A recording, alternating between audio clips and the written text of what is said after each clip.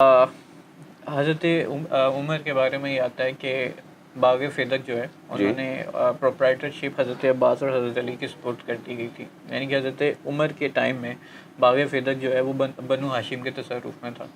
اس بارے میں آپ کیا کہیں گے؟ لا اصل لہو، کوئی اصل نہیں ہے اس بات کی. یہ کس نے کہہ دیا آپ سے؟ یہ تاریخی کتب میں ہے کہ حضرت عباس، اور کیونکہ جب ایون اللہ یاری صاحب نے جب یہ کہا کہ جب حضرت کلثوم کی شادی کی بات آئی تو حضرت عباس کا یہ کہنا تھا کہ وہ جو ہے وہ کنوؤں کو ریتی سے، حضرت عمر کنوؤں کو ریتی سے بھر دیں گے، یعنی کہ ان کے تصرف میں چیزیں تھیں جن کے ڈر سے انہوں نے حضرت علی پہ پریشر ڈالا کہ کلثوم کا. اگر ہم اس بات کو سچ بھی مان لیں تو ہاشمیوں کے پاس اچھی خاصی چیزیں تھیں جن کے ڈر سے انہوں نے معاذ اللہ انہوں نے کہا کہ حضرت کلثوم کا نکاح کروا دو. اگر ہم اللہ یاری صاحب کی بات کو سچ بھی مانیں تو بھی، تو اس کا مطلب ہاشمیوں کے پاس پھر بھی تصرف تو تھا حضرت عمر کے ٹائم پہ.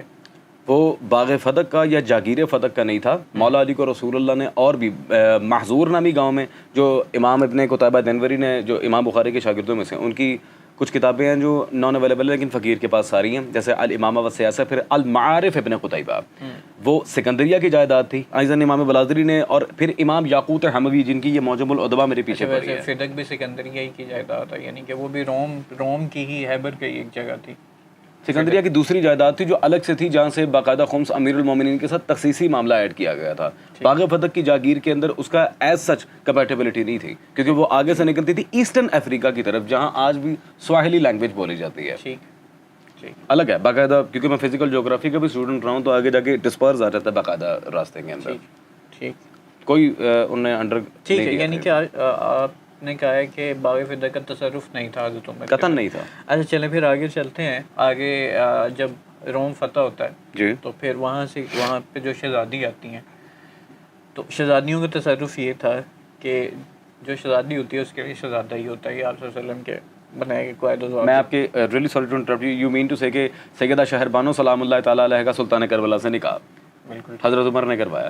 یہ بالکل بکواس ہے. اس پہ مولانا شبلی نعمانی صاحب نے، سلمان ندوی صاحب نے، سب نے یہ بات کہی ہے کہ حضرت عمر کے دور میں حضرت شہر بانو کا دشت عراق میں آنا یا پھر عرب ممالک میں مدینہ میں آنا ثابت ہی نہیں ہے. اچھا پھر کب ہے؟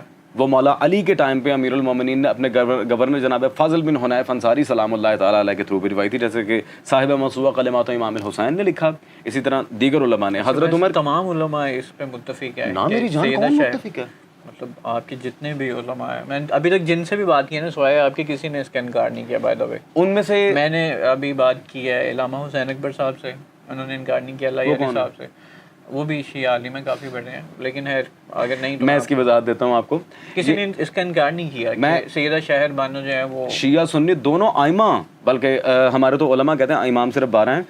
امام زاہبی تک کا انکار دکھاتا ہوں آپ کو. یہ روایت بیسیکلی آئی ہے اصول شریف قافی میں، جلد نمبر 3، کتاب الحجہ، باب مولد علی ابن الحسین، مولا سجاد کے باب میں. پیارے بھائی، اس میں جو راوی ہے نا، مرکزی راوی عامر بن شمر الجوالکی، رجال نجاشی میں تو اس کے بارے میں موجود بھی ہے، رجال کشی میں بھی ہے، نقد الرجال، معجم رجال الحدیث، تنقیح المقال، فوائد الرجالیہ وجیزہ، ہمارے یہاں تو بھری پڑی ہیں. شیعہ کتابوں میں تو بالکل متفق علیہ ہے. امام زاہبی نے سیر اعلام النبلاء تک میں لکھا ہے وقانا متروک الحدیث، اور میں میزان الاعتدال میں امام بخاری کا سٹیٹس لگایا کہ یہ منکر الحدیث تھا.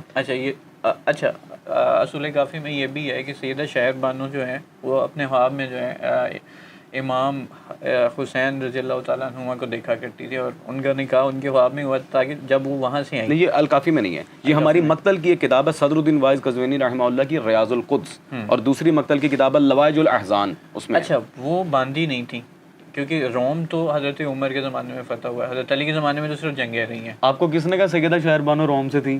آپ بتا دیں. سوری، وہ فارس سے تھی، روم سے نہیں تھی، فارس سے، پرشیا سے تھی. روم اور پرشیا دونوں حضرت عمر کے زمانے میں فتح ہوئے ہیں. حضرت علی کے زمانے میں تو صرف وہ جنگوں اور مصیبتوں کا شکار. تو یہ کوئی 100% وہاں کی فتح کرنے کی کوئی یہ اصول تو نہیں نا تھا کہ جب فتح ہو گیا تو شہزادی کو اس کی ٹائم وہاں سے لے آنا چاہیے؟ میں صرف کیونکہ کہا جاتا ہے کہ وہ باندھی بنا کر آئی گئی تھی، لیکن میں آپ سے یہی جاننا چاہ رہا ہوں کہ کیا اس ٹائم پہ یہ یعنی کہ پرشیا سے خود سفر کر کے آئی تھی؟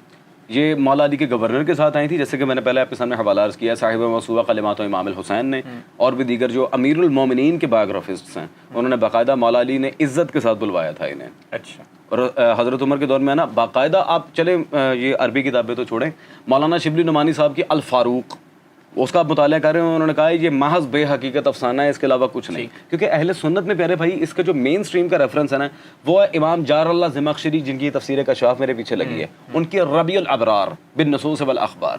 اور امام جار اللہ زمخشری تفسیر کے امام ہے, تاریخ کے امام نہیں ہے. ٹھیک ہے, تفسیر کے امام ہے, تاریخ کے نہیں. تاریخ میں ان کا اتنا ملکہ نہیں تھا. ہم اس سے اب اس بات سے آگے چلے جاتے ہیں. بسم اللہ. کہ اہل سنت کی مکتب میں ہے کہ جب بھی جن بھی غزوات پہ حضرت عمر گئے اپنے زمانے میں, جب خلیفہ تھے خیبر کے لیے, پھر اس کے بعد جو ہے روم کے لیے, پھر پرشیا کے لیے, تو ہمیشہ جب بھی وہ جاتے تھے تو اپنے پیچھے حضرت علی کو جو ہے وہ خلیفہ یعنی کہ اپنے پیچھے نائب یا حکومت کا جو ہے ذمہ دار بنا کر جایا کرتے تھے. حکومت کا نہیں, فقط برائے افتاء تعلیم کے لیے, حکومت تو کبھی بھی نہیں چھوڑ کے گئے. اچھا, یعنی کہ یہ پولیٹیکل معاملات جو ہیں اور جتنے بھی کوئی سوشل معاملات ہیں یا کوئی فیصلے ہیں وہ کون کرتا تھا؟ وہ حضرت عمر نے کبھی معاذ بن جبل کے سپرد کیے ہیں, اور بالخصوص اس میں دوسرا نمبر تو آتا ہے ان کا حضرت ابو عبیدہ بن جراح. مولا علی کے معاملے میں ہاتھ میں پولیٹیکل معاملات نہیں, اسلامک معاملات تھے. کیونکہ جب بھی ایتھیسٹ نے, کرسچنز نے, جیوز نے یا دیگر مذاہب کے لوگوں نے آ کے اسلام پہ اعتراض کیا ہے, تب خیبر شکن کو ہی بلایا اور اس بات کا باقاعدہ واضح الفاظ میں برادران اہل سنت کے آل سعود سے پہلے جو حکمران تھے نا پیارے بھائی سعودی عرب پہ, امام ابن عابدین شامی, ان کا مقدمہ فتاوی شامی پڑھ کے دیکھ لیں آپ, واضح الفاظ میں انہوں نے اس چیز کا اعتراف کیا ہے باقاعدہ. ٹھیک, ناٹ پولیٹیکلی, افتاء کے معاملے میں. افتاء کے معاملے میں تو وہ حضرت علی کو نامزد کر کے جاتے تھے. ظاہر. ٹھیک. اچھا, اب آ جاتے ہیں کہ خلیفہ ثلاثہ کے ٹائم پہ.